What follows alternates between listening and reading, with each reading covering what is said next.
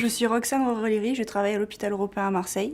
Je travaille aux ressources humaines et je suis référente handicap.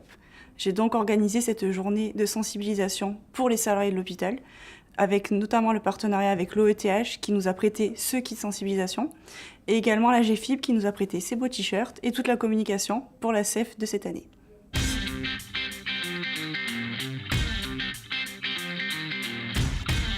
Donc cette animation s'inscrit dans la Semaine européenne pour l'emploi des personnes handicapées, organisée par l'ADAPT.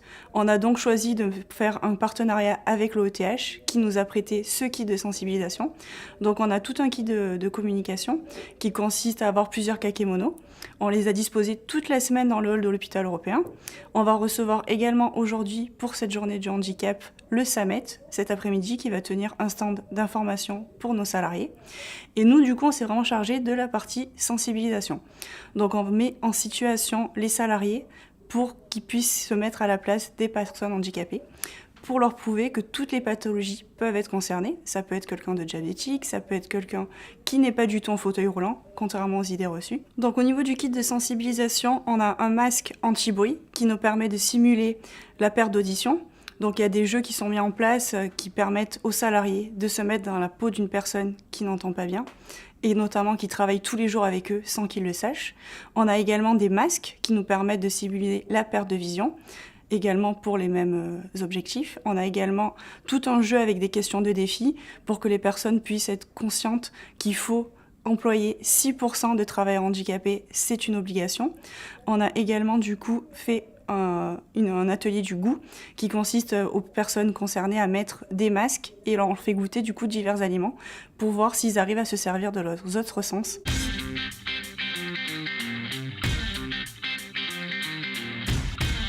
Notre établissement est concerné par le handicap, tout d'abord par la partie recrutement des ressources humaines.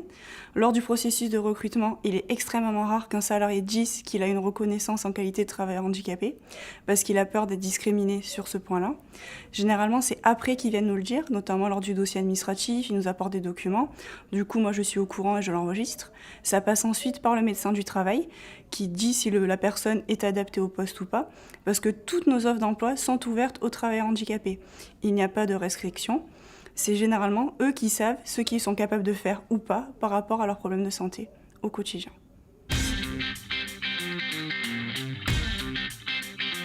Donc bonjour, je m'appelle Dorothée Balma, je suis la coordinatrice de l'éducation thérapeutique sur l'hôpital européen.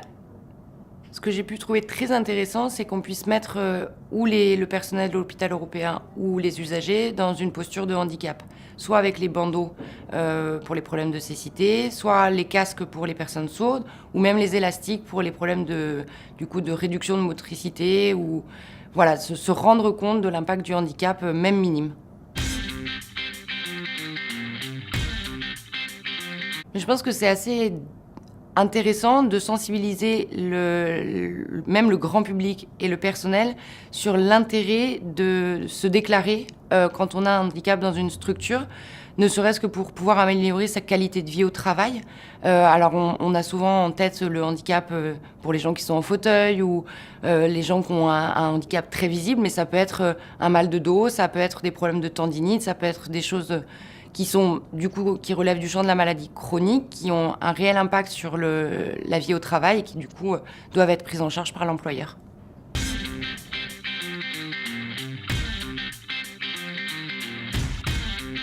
Je suis Sandrine Bourtoir, je suis chargée de communication à l'hôpital européen depuis maintenant à peu près 1 an et demi et j'ai aidé Roxane Roreleri notamment à organiser cette journée aujourd'hui emploi handicap.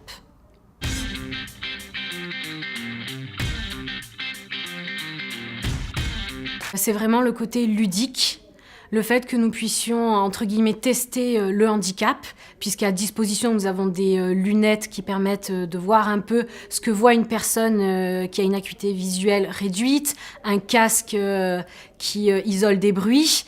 Voilà, c'est vraiment ce côté ludique et qui peut permettre aux gens de prendre conscience de ce que peut être un handicap et des contraintes au quotidien.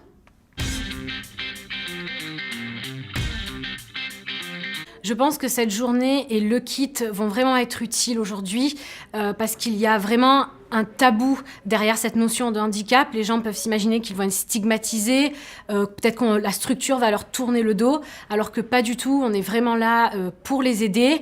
Et c'est ça le message qu'on veut faire passer aujourd'hui. Et le handicap, c'est pas aussi forcément un handicap visible, ça peut être de la dyslexie, un mal de dos.